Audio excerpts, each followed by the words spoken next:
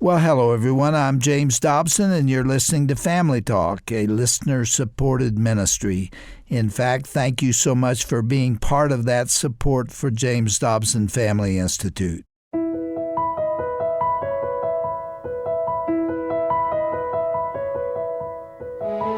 Well, welcome to Family Talk, the broadcast division of the Dr. James Dobson Family Institute. I'm Roger Marsh, and on today's edition of the broadcast, we're going to hear a stirring presentation from Dr. William Lile. Now, Dr. Lile is known to many as the pro-life doctor. As a matter of fact, you can find more about his ministry at his special website, prolifedoc.org. In 1999, you'll recall that Dr. William Lile, a board-certified obstetrician and gynecologist, made a shocking announcement that he was purchasing the largest pro-abortion medical practice in the state of Florida. But once he did buy that practice, the first thing he did was he immediately stopped all of the abortions being performed there. Then Dr. Lile changed the practice into a pro-life facility that specializes in women's reproductive health conditions even to this day. Now, Dr. William Lile, of course, is a good friend of Dr. James Dobson, and we highly recommend that you check out prolifedoc.org, which is linked at our website, drjamesdobson.org/Family Talk. In just a moment, we're about to hear part one of a stirring presentation that he gave recently along the theme that's become a recurring theme in his life and ministry, Standing Strong for Life. Here now is Dr. William Lile with part one of this impassioned presentation on today's edition of Dr. James Dobson's Family Talk. I am so excited to be here this weekend. This has been a thrilling weekend with worship and speakers. And welcome to church this morning. We've already worshiped in song, and I might get a little preachy this morning if that's okay with you, because this is an issue that is just so dear to my heart. I get so excited when I have a group like this that I know there are things that you walked in not knowing, but you're going to walk out with new knowledge, new tools in your toolbox that you can use to defend God's preborn and to share the healing message of the gospel. And that is an exciting opportunity for me. Dr. Dobson has been part of my life since I was a little kid. My life was really easy from 1965 until 1970. Then my parents bought a book called Dare to Discipline. Well, my parents took up that dare and they invoked discipline. But that doesn't mean spanking and hitting your kid. It means training them in the way they should go. It means how can you use your life and your career for kingdom service? How do I apply this in my kingdom service to my Lord and Savior? And I'm amazed after 50 years of faithful service, when I travel around the country, I did 2 radio programs with Dr. Dobson in 2019. Continuously, I will have people who will reference those. They might recognize my voice and they might say, I think I know you. I was actually up in Washington State at an apple farm picking up some Honeycrisp apples, and they said, why are you wearing a suit? I said, because I'm going to go over and speak at the pregnancy center across the valley. They go, we support that pregnancy center. We've been supporting it for over a year now. I said, that's great. And they said, well, when did you start supporting it? Well, we were back in the barn, we were listening to Dr. Dobson, and he had this doctor who was on the show. I said, do you remember that doctor's name? I don't know, but he treats the preborn as patients, and he was talking about abortion. He says, we never thought that abortion was for us, but we didn't want to tell somebody else what abortion was. He said, we made a change in our lives, and we have supported that ministry, and we now know that abortion is wrong. And I said, well, do you remember that guy's name? He goes, nah. He said, I'd remember that name if I heard it. I said, was it Bill Lile? He goes, that's the guy's name. I said, well, that's cool. Nice to meet you. I'm Bill Lile. He goes, oh, you got to be kidding me. So the next thing I know, I have 40 pounds of Honeycrisp apples in the back of my car, and I can only carry so many pounds of apples, with me on the plane. But then my wife and I were in Oregon just 2 weeks ago, and when we were in Oregon, a guy came up at the center. He goes, I got to meet you. He said, I don't know the people here at this center, but I heard you speak on Dr. Dobson's show 2 years ago, and I had to come and meet you. There is that kind of impact that lasts for years, that changes minds, hearts, and behaviors and kingdom service throughout the country and throughout the world. This morning's topic is going to be patients' rights. I was recently over at the University of Florida College of Medicine, and that's my alma mater, and we were discussing patients' rights. And so there's the University of Florida. And I asked them, I said, if I have a patient in my office that was not born in the United States, but they need a blood transfusion or else they will die, do I have a moral and legal obligation to find access to a blood transfusion for them? And they said, it doesn't matter if they were born in the United States. They're a patient and they need to be treated as such. I said, okay, well, what if it's something more expensive? What if it is laser vascular surgery, but this patient was not born in the United States? Do I have an obligation to treat them? They said, yes. I said, what if it's even more expensive? What if it's heart surgery? They need valvuloplasty, septoplasty, but they were not born in the United States. Finally, a very outspoken young man said, Dr. Lile, it doesn't matter if they were born in the United States. We've been taught that a patient is a person is entitled to respect and bodily integrity. I said, I agree with you. But there's one more detail that I left out. These are all my real patients. But the reason they weren't born in the United States is because they have not been born yet. They are still in their mother's womb. The jaw dropped. He had been painted into a corner, acknowledging patients' rights, but he had never thought about the patients being in the womb. And it's a very effective tool that I want you guys to employ as well. After we finished our 45-minute talk, the young man came up to me and he said, I don't believe that there's a God. He says, I'm an atheist. He said, but I'm a huge advocate for patients' rights. He said, I walked in here. It's a woman's right to choose no matter what gestation age for any reason. And we have no reason and no right to interfere with her choice. He says, but I never thought about the baby in the womb as being a patient. He goes, you can't call me the big pro-life guy. But he said, you just changed my mindset on as far as if they are a patient, they are a person, and if they are a person, then they deserve protection. To take 45 minutes of a lecture and then to change the heart and mind of somebody who doesn't see God and doesn't see Scripture as an authoritative source, I will take that as a win for our side. So how do we treat the babies as patients on the inside? Didn't you say blood transfusions? Yeah. Even at my hospital, we have done blood transfusions to the babies in the womb as early as 18 weeks gestation. They won't even survive on the outside for another 2 months. Well, it's not just that you can do it. Why would you need to do it? Because at the moment of conception, the baby is a whole different person from the mom. Not only half the time do they have a different gender, and guess how many there are? Not only are they a different gender, but they can have different blood types on the inside of the womb. And there are conditions where the mom will have antibodies, and these antibodies can cross the placenta and start to attack the baby's blood. Well, the baby's blood count is dropping, and if we don't do something, that baby will die in the womb. So what do? We give the baby a blood transfusion. We get donated blood, just like you gave at the Red Cross or One Blood. Maybe you had a blood drive. We take that blood, we guide a needle through the skin, through the wall of the uterus, and directly into the umbilical cord of the baby, and we give the baby a blood transfusion. We might have to do this every 4 or 5 weeks for the rest of the pregnancy because the mom keeps attacking this different person that is inside the womb. If you're giving them a blood transfusion, does that qualify them as a patient? It sure does. And if they are a patient, they are a person. Laser surgery. Anybody have twins? Anybody have children? All right, y'all have children. That whole focus on the family just does not work unless we're having children. And that is just such a huge impact as far as treating the families and training them in biblical principles. And that's what Dobson has done so well. When it comes to twins, sometimes children and twins don't share all their toys real well, correct? Well, guess what? Sometimes babies in the womb don't even share their blood supply well. In the inside, sometimes they are sharing a placenta. These are two identical twins conceived at the same moment in time. And then before day 13, that one fertilized egg divides up into identical copies.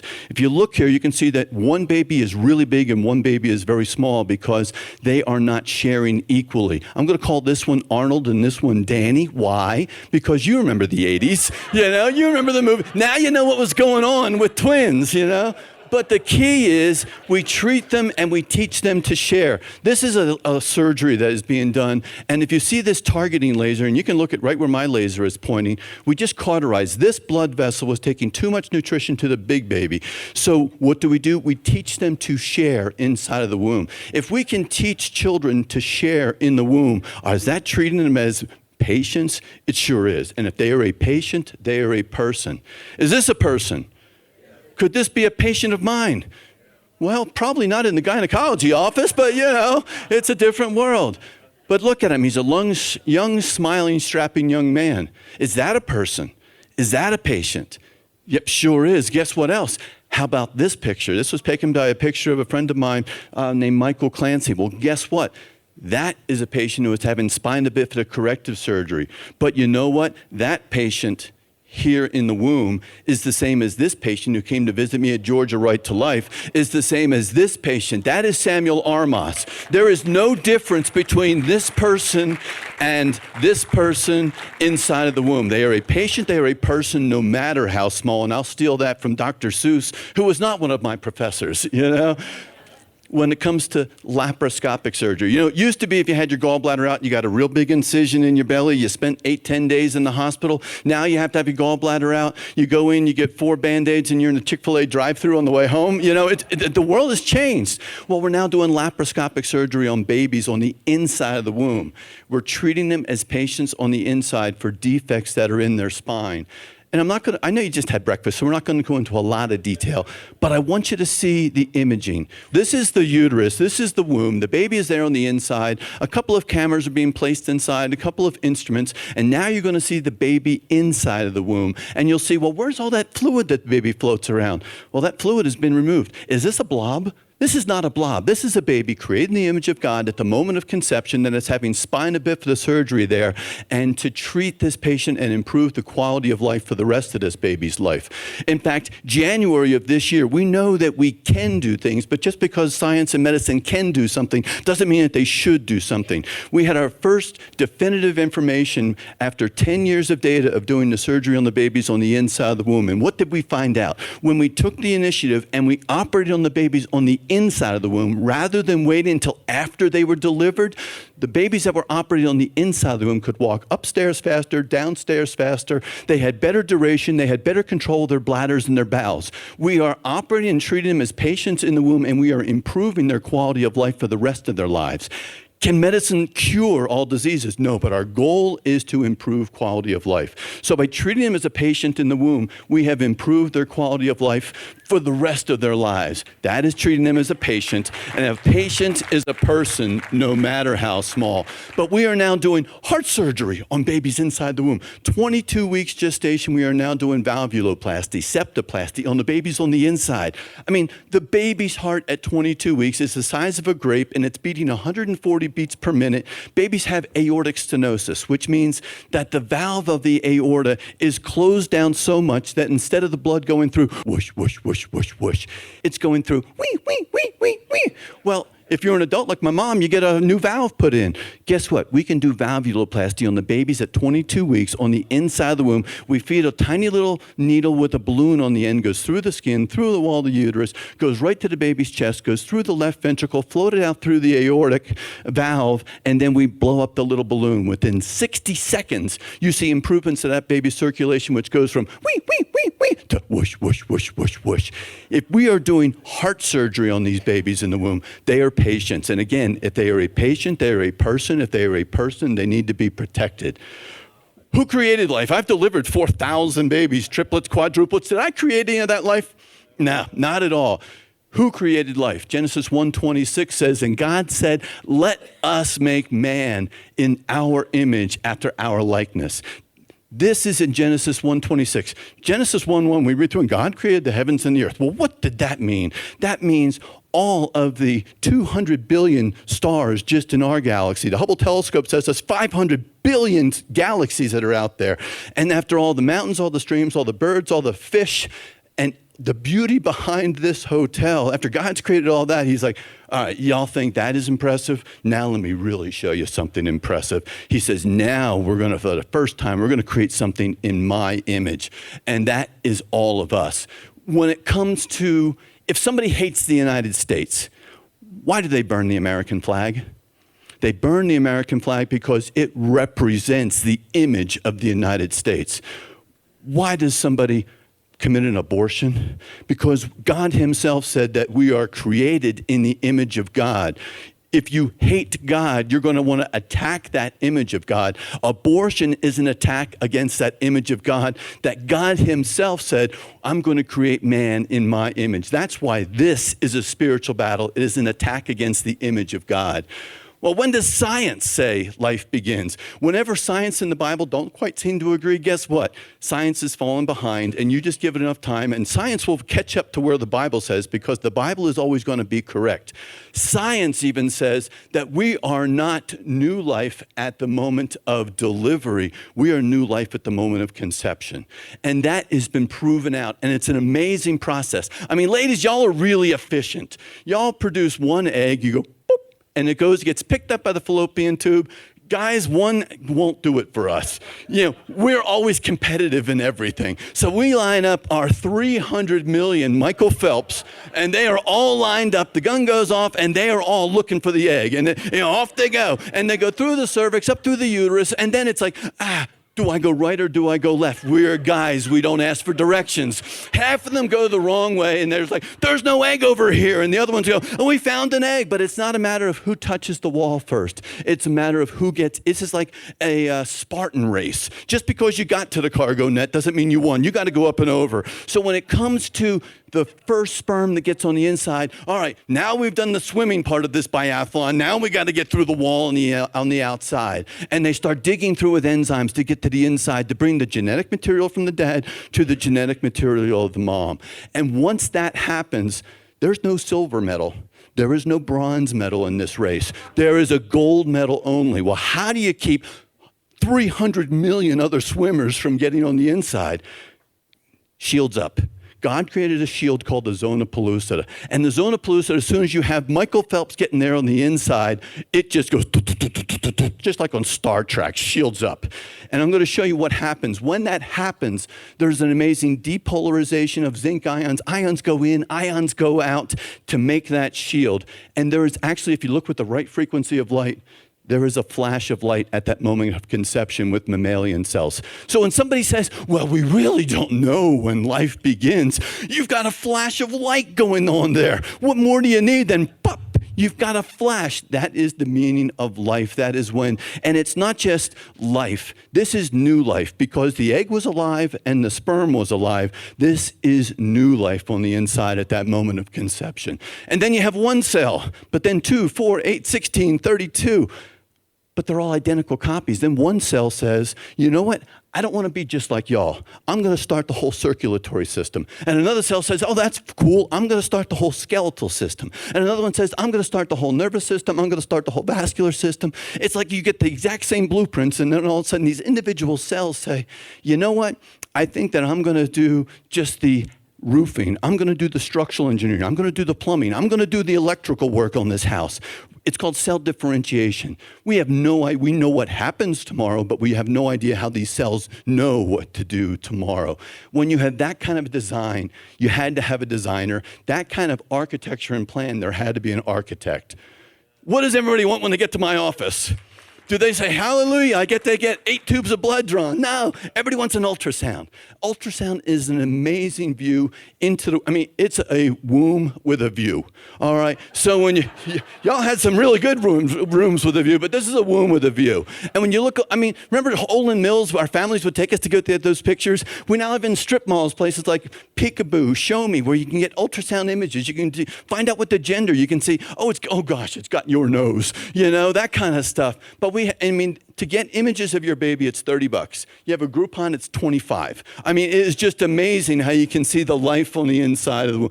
This is my daughter. My daughter was supposed to get married yesterday, but when she picked this date because it was a full moon, I said, we're going to be out at the gathering. Either I'm not going to be there or you're going to have to pick another date. So she's getting married in 6 days out in Florida. But this is my daughter. She's this big. You can see the top of her head. She's 12 weeks along. You can see her butt. You can see her heart beating. This is my wife's uterus. All right. So, she's sitting right here, but now you got the inside view, But there's no Wi-Fi. There's no Bluetooth. So you jump and you slide there on the inside. At that gestational age, she could be aborted at any abortion clinic in my city of Pensacola. Cute baby, huh? You want to see that baby 2 months earlier?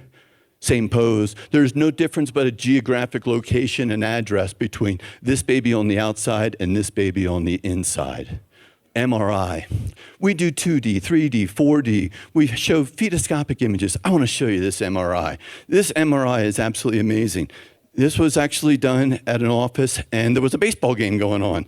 And we're playing the baseball game, and then it was the national anthem that was coming. And so they're doing this imaging of this baby on the inside, and this baby hears, "Oh, say, can you see?" And this baby's like, "I am not a kneeler. I will not sit. I will stand for our national anthem." So this baby is adjusting itself, moving its hands, moving its arms, and says, "I will stand for the anthem," and push, push. And all of a sudden, this baby stands up for the national anthem. This baby could teach the NFL a whole lot of stuff as far as respecting the national anthem. But, I could see y'all were, you don't know who this kid is, but you're all pulling from, "Come on, kid, come on, stand up, stand up." This is the life, not just the person, this is the personality on the inside of the womb. Because the key is a patient is a person no matter how small, and if they are a person, they have rights. The 14th Amendment says, "Nor shall any state deprive any person of life, liberty, or property without due process." Throughout history, if you want to persecute one group, the Jews, the German Supreme Court, the Reichsrichter said the Jews are not persons within the legal sense. Women's right to vote, Native Americans, African Americans. When you want to have power over any group, deny them a personhood. Well, guess what? Even the medical community says that all patients are persons. And if we are doing blood transfusions, heart surgery, spina bifida surgery, they are a patient, and therefore they are a person that deserves our protection.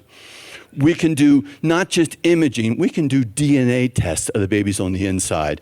You know that 7 weeks after conception, a routine test, that I can do a blood test on the mom, just getting a little bit of blood from her arm, and I can not only tell you with more than 99% accuracy, 7 weeks after conception, whether this is going to be a boy or a girl, but I can do genetic studies on these babies on the inside. Why? Because these little fragments of DNA go over into the mom's blood, and then we can separate out the baby's fragments from the mom's fragments. 95% of these fragments are from the mom, 5% are from the baby, and we can separate out that 5%, and we can do genetic studies. This is my 23andMe, where you can see where my history is. This is the exact type of history that we can get from these babies 7 weeks after conception, just with a blood test from the mom. But here's another key. 2 hours after a baby is even born or a baby is aborted, you can't do this test because little baby Elvis giving these fragments of DNA has left the building. This baby is no longer there, and 2 hours afterwards, once this baby is not in the womb anymore, we no longer have that baby's DNA, which is unique and separate from the mom. So when this young girl, with her smiling, pleasant face, says, "It's my body, it's my choice," unless it's a COVID vaccination, then that rule does not apply, all right? But she says, "It's my body, it's my choice." Well, mom is an amazing life support system, but this is not part of her body there on the inside.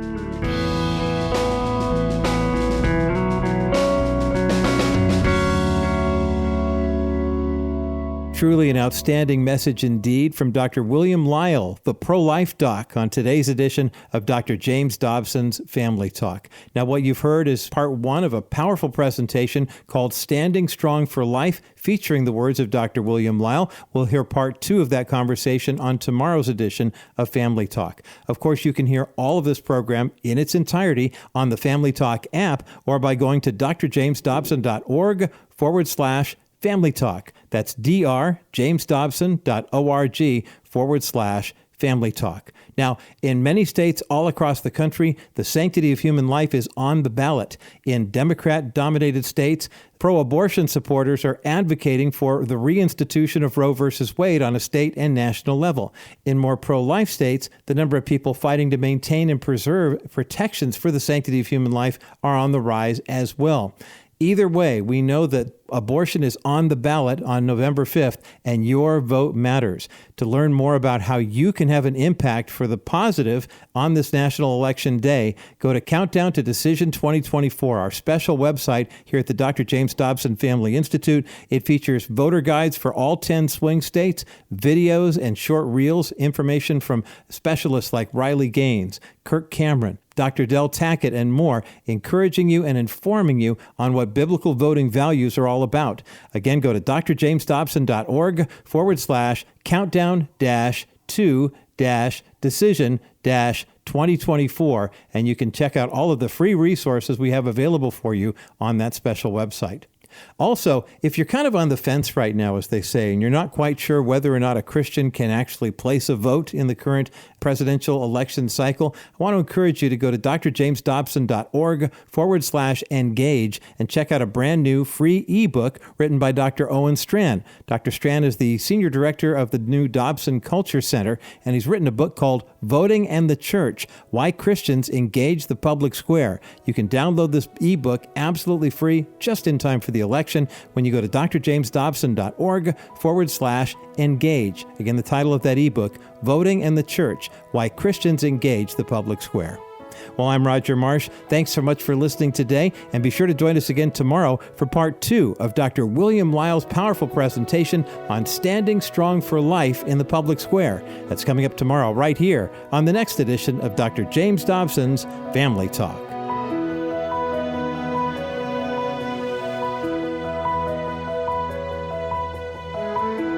This has been a presentation of the Dr. James Dobson Family Institute.